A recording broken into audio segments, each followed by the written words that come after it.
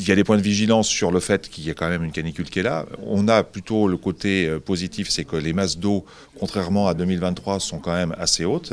Par contre, on se rend compte que le niveau de la Loire, et on est beaucoup dépendant de la Loire, notamment sur l'eau potable, et là, il y a un niveau de la Loire qui baisse énormément.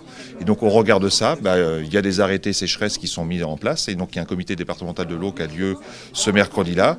Et donc, en anticipation, on discute avec les services pour regarder. Là, on est tout simplement au niveau vigilance, mais si on passe sur une vigilance renforcée, eh bien, l'agglomération a déjà tout un plan pour être un petit peu plus sobre.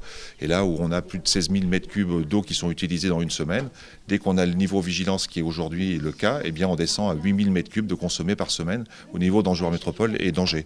Et donc, justement, on coordonne avec l'ensemble des services, c'est-à-dire Parcs et Jardins, le domaine des sports, mais aussi la mission tramway, et puis la cellule de crise qui est juste à côté, et puis la communication pour que les gens soient aussi informés eh bien, qu'il y a un plan de vigilance et de sobriété vis-à-vis de l'eau.